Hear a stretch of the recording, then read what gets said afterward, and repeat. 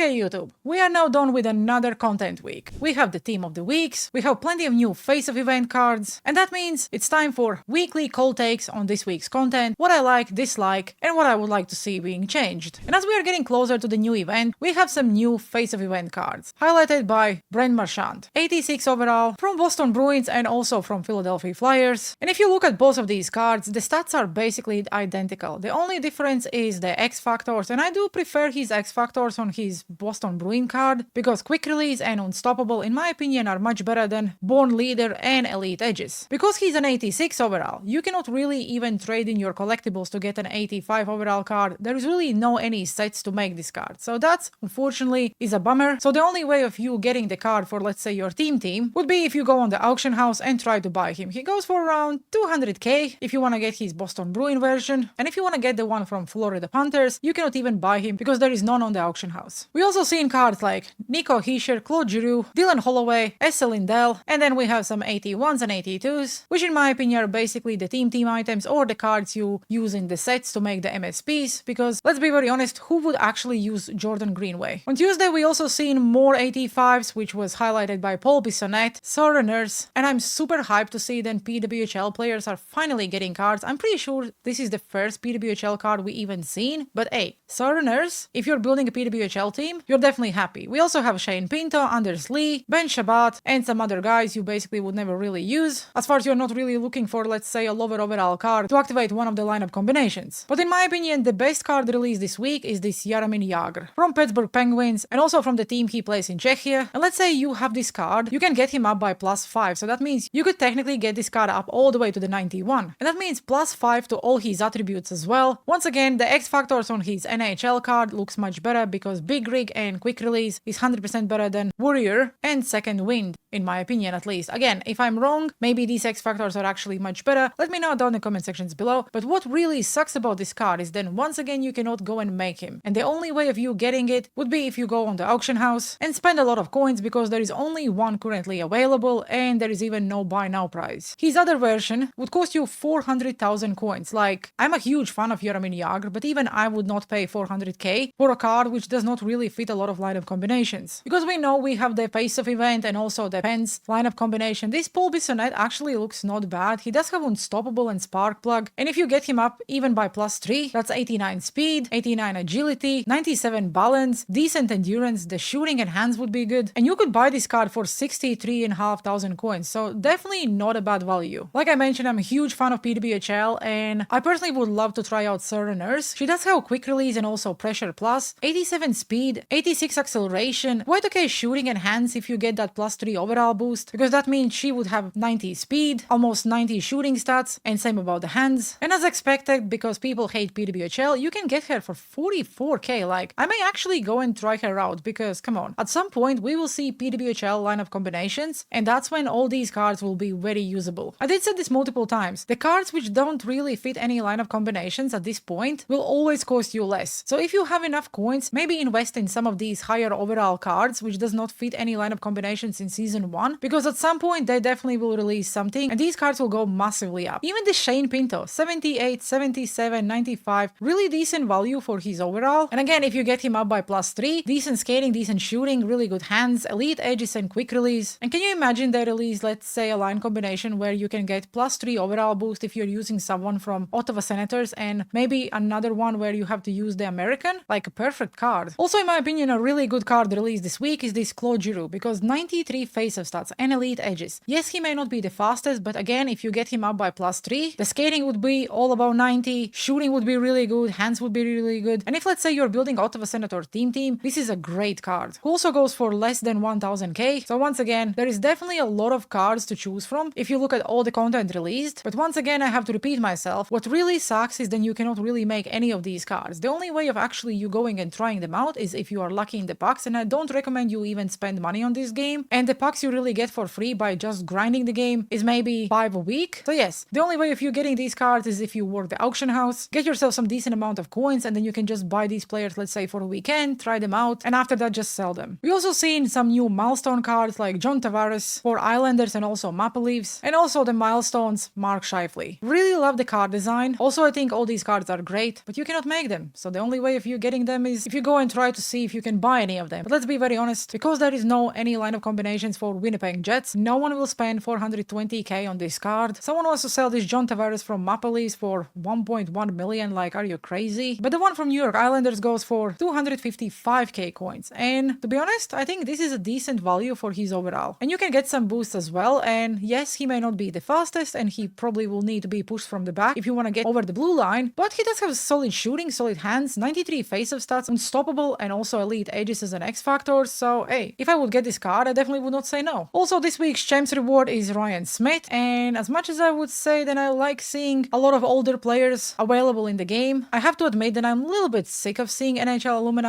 being rewards, and I don't understand why there is not a single NHLer or even someone from European leagues who would look a little bit better. Because in all fairness, to get to top 100 is one of the hardest things in this game, and this 87 overall is usable, but is he like the best card? Definitely not. Because even his 86 overall version with Warrior and also Big Tipper, he's a pure left-handed winger, 88 speed, 88 acceleration. Yes, you can get him up by +2 because he's from Edmonton Oilers, but how many people will even be able to get this card? But now let's talk about Team of the Week. Everyone was hoping for Jack Eichel because of that lineup combination. But instead of that, we got ourselves Dylan Larkin, who 100% deserves a Team of the Week card. So this actually proves that EA is following NHL and what is happening in the real world. And in my opinion, this Dylan Larkin is like a must-make Team of the Week card. And the reason why I'm saying it is because he have 92 speed, 93 acceleration, elite edges, wheels, one of the fastest players in the game, also 91 faceoffs. He's American, so you can also get him up by +3. And if you get him up by +3, 95 speed, 96 acceleration, the shooting about 90, hands incredible, and he's from Detroit Red Wings. We don't have a single lineup combination for the overall boost from this team. And I can tell you one is coming, because we all know the majority of us have the Sergei Fyodorov, and if they release a lineup combination where you need American and also someone from Detroit Red Wings, Dylan Larkin straight away becomes one of the best cards in the game. That's why, as every other week, I highly recommend you get yourself your chore lineup ready and go and play some cup chase, because it will only take you a few games to get that one free 83. Then you need to take 60 shots with Team of the Week player, 50 hits, 20 goals, and 20 games. This probably all can be done in maximum 3 cup chase games if you have quite a lot of Team of the Week players, and that means you already would get one player to get that Dylan Larkin. I really plan to get him this weekend. Obviously, it all depends on the Friday's content. In one way, I absolutely love the new content. I think it's much better than in NHL 24. We're seeing way more interesting cards, but what sucks is that we keep chasing all these new cards and there is not enough in the game to earn to actually be able to make it. I am fortunate because I am working the auction house, I have plenty of coins, but I know a lot of people in the community don't, so it really sucks. And as I am talking about the objectives, one thing I want to highlight, like, I don't know who was in charge and decided to do this take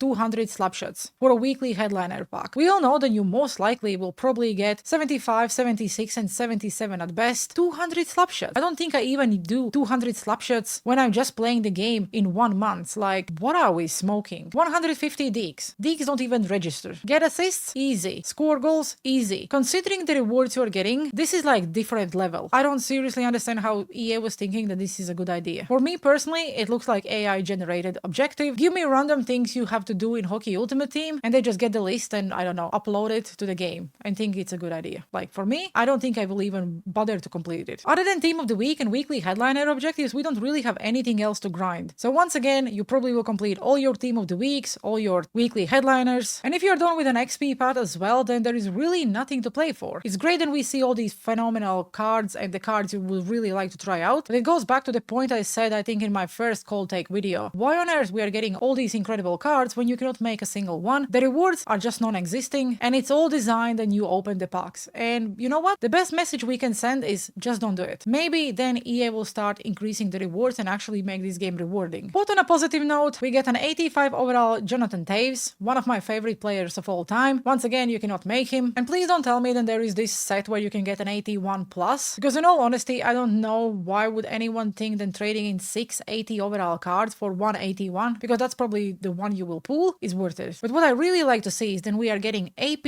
and overall boost for the teams. And yes, these may not be the community favorite teams, but maybe this is just a start and we will see this more often. We got plenty of hot marquee players with some incredible players, not Ray Ferraro because I just cannot stand the guy, but we do have Mats Sundins, Peter Stastny, and also Greg Adams, who in my opinion is one of the best cards released. 89 speed, 90 endurance, 89 balance. Like, yes, shooting could be potentially a little bit better, but he's 6'4", 196 with truculence and also elite edges. Really would love to see how this combo plays. Elite edges and truculence, seriously, really fun card. Also, Jeff Brown looks quite interesting with 1T and Hipster. Yes, Hipster is probably a ridiculously stupid X Factor because I think I only used 2 players with it and I didn't notice it at all. But he does have 91 slapshot power, 87 acceleration and speed. And obviously, if you get full line of these players, you can get a lot of boosts, so that's fun. And actually, when I was checking out the content today at work and I knew I will record this video, I really wanted to know if I will be able to pronounce this name. Mario Marois? That's how you pronounce it? I really need to go and do some homework before I record these videos because I don't have any plans of butchering these guys' names, but Mario Marois? That's how you pronounce him? But nonetheless, stick him up and also send it. So yeah,